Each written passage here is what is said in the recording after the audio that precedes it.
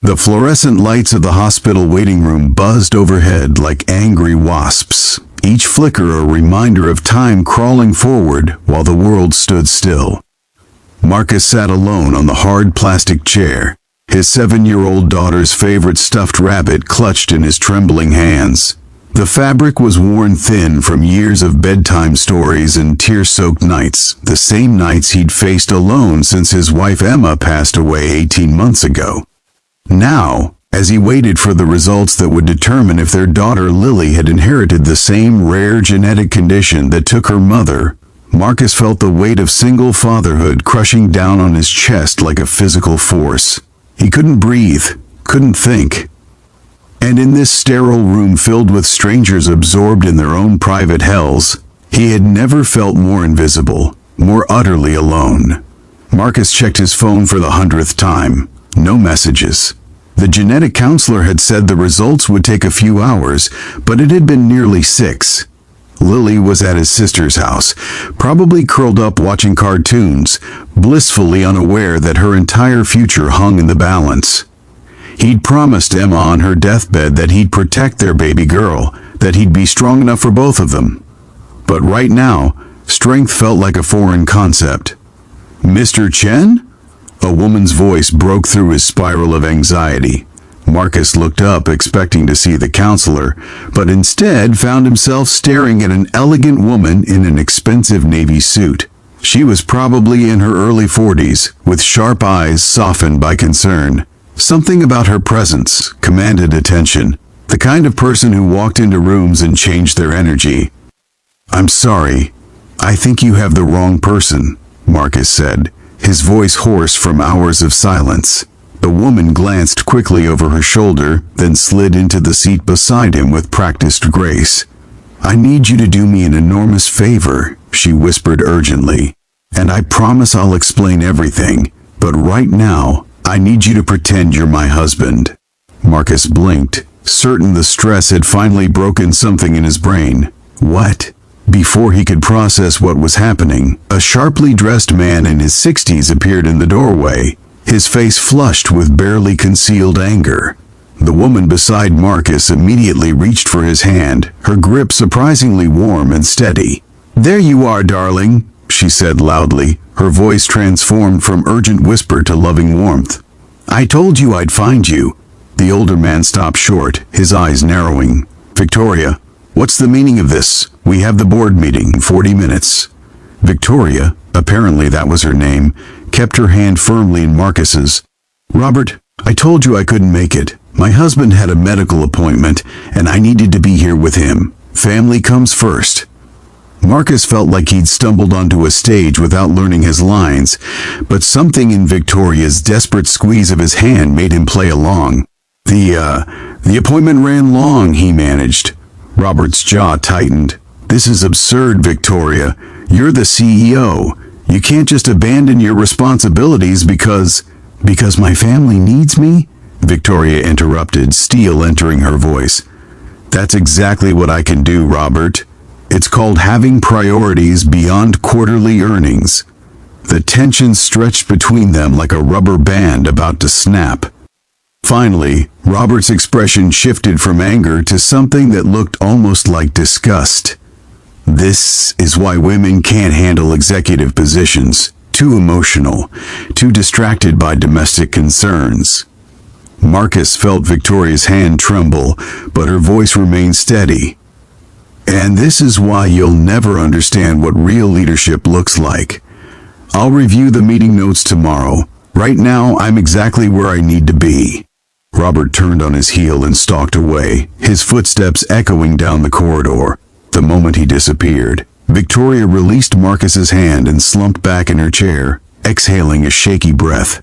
"I am so sorry," she said, turning to face him properly. "That was completely inappropriate, and I had no right to drag you into my mess. I just—" She paused, seeming to notice for the first time the tear tracks on Marcus's face, the worn stuffed rabbit in his lap. "Oh God, you're actually here for something serious, aren't you?"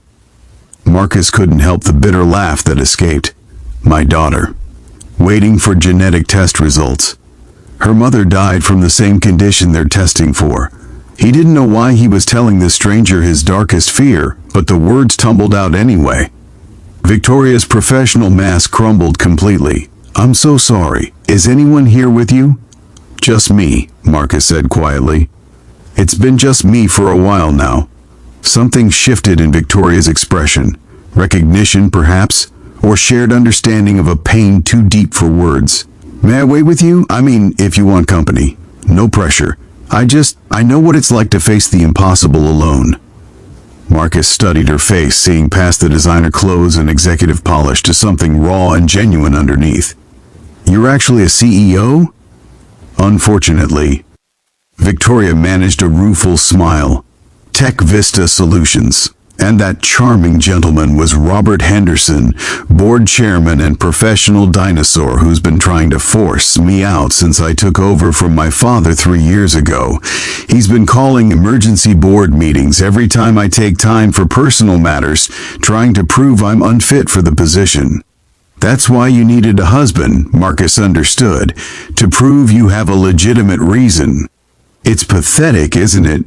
But appearances matter in the corporate world. And a CEO with family obligations is somehow more acceptable than a woman who simply asserts her boundaries. Victoria shook her head. "I should have just told him the truth, that I have the authority to miss a meeting whenever I damn well please. But old habits die hard, and playing their game seemed easier." "What's the truth?" Marcus asked. "Why are you really here?" Victoria hesitated, then pulled out her phone, showing him a photo of a young woman with Victoria's same sharp eyes. "My daughter, Sophie. She's 23, struggling with addiction, currently 3 days into rehab across town. I visit every day during my lunch break.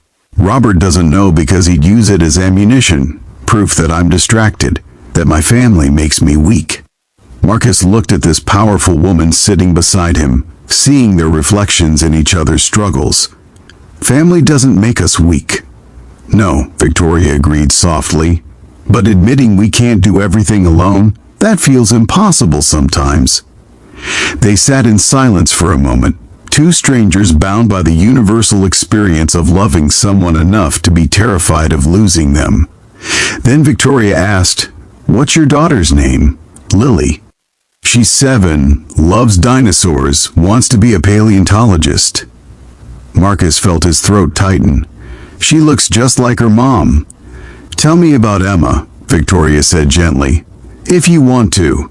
And somehow, in that sterile waiting room, Marcus found himself talking, really talking, for the first time since Emma died. He told Victoria about meeting his wife in college, about their courthouse wedding and shoestring honeymoon, about the joy of Lily's birth and the slow horror of Emma's diagnosis. Victoria listened with complete attention, occasionally squeezing his hand when words failed him. In return, Victoria shared her own story. The pressure of inheriting her father's company, the divorce that followed when her marriage couldn't survive her 90-hour work weeks, watching her daughter spiral into addiction while feeling powerless to help.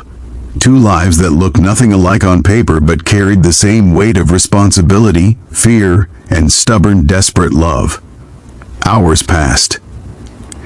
At some point, Victoria ordered food from the hospital cafeteria, insisting Marcus eat something. He found himself actually smiling as she recounted Sophie's childhood obsession with building elaborate cardboard cities, how it reminded him of Lily's current fixation on constructing dinosaur habitats from household items. "Mr. Chen?" The genetic counselor appeared, clipboard in hand, expression carefully neutral. Marcus stood so quickly the room spun. Victoria rose beside him, her hand finding his again. "Would you like me to come with you?" she asked quietly. "Or I can wait here. Whatever you need." Marcus looked at this stranger who had somehow become an anchor in his storm. "Come with me, please." They followed the counselor into a small office. Marcus couldn't breathe as she opened the file, her expression still giving nothing away. The seconds stretched into eternities. "Mr. Chen, I'm pleased to tell you that Lily tested negative for the genetic markers. She doesn't have the condition, and her risk of developing it is no higher than the general population." The world tilted. Marcus heard a sound escape his throat, half sob, half laugh. as relief flooded through him so intensely it hurt. Victoria's arm came around his shoulders, steadying him as his knees buckled. "She's okay," he whispered. "Lily's okay. She's okay," Victoria confirmed, her own voice thick with emotion. The counselor smiled warmly, giving them privacy to process. Marcus found himself crying in earnest now, all the fear and grief and exhaustion of the past 18 months pouring out. Victoria held him through it, this stranger who understood the particular terror of potentially losing a child, who knew that sometimes strength meant accepting you couldn't do it alone. When Marcus finally pulled himself together, Victoria handed him tissues from her purse, tactfully not mentioning his completely destroyed composure. "What happens now?" she asked. "Now I go pick up my daughter and tell her we're going to be okay." Marcus felt lighter than he had in months, years maybe. "What about you? Your meeting?" Victoria checked her phone and laughed. "Missed it by 3 hours. Robert's probably drawing up termination papers as we speak." But she didn't look worried. "You know what? Let him try. I'm done playing their game, done pretending I have to choose between being a good CEO and being present for the people I love. Sophie needs me. That's what matters." They walked together toward the hospital exit, the evening sun casting long shadows across the parking lot. At the door, Victoria paused. "Thank you," she said, "for playing along with my ridiculous charade, for letting me wait with you, for reminding me what's actually important."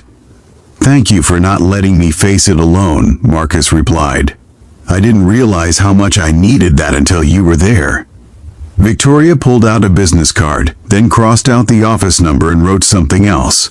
"That's my personal cell. If you ever need anything, or if Lily wants a tour of a tech company, or if you just need someone who understands, call me, please." Marcus took the card, then impulsively pulled out his own phone. "Let me give you my number too, for when you need someone to remind you that being human doesn't make you weak." They exchanged information, both knowing that something rare had happened in that waiting room, a genuine connection forged in vulnerability and kindness, two people showing up for each other when it mattered most. 6 months later, Marcus and Lily would attend Sophie's 1-year sobriety celebration. Victoria would be there for Lily's 8th birthday party, bringing an enormous stuffed T-Rex that made the little girl squeal with delight. They would become family, not through blood or obligation, but through the choice to show up for each other, to face life's difficulties together rather than suffering in isolation. But that evening in the hospital parking lot, they were simply two people who had needed kindness and found it in the most unexpected place, with the most unexpected person. Sometimes that's how humanity works, not through grand gestures, but through small acts of courage, reaching for a stranger's hand, choosing presence over performance, admitting we need help, and accepting it when it's offered. Marcus drove home to his daughter with a heart full of hope. Victoria headed to rehab to tell Sophie about the board meeting she'd finally proudly missed, and the world kept spinning, just a little bit kinder than before. If this story touched your heart, please like, comment, and share it with someone who needs a reminder that kindness connects us all. Subscribe to the Kindness channel for more stories that celebrate the beautiful, unexpected ways humanity shows up when we need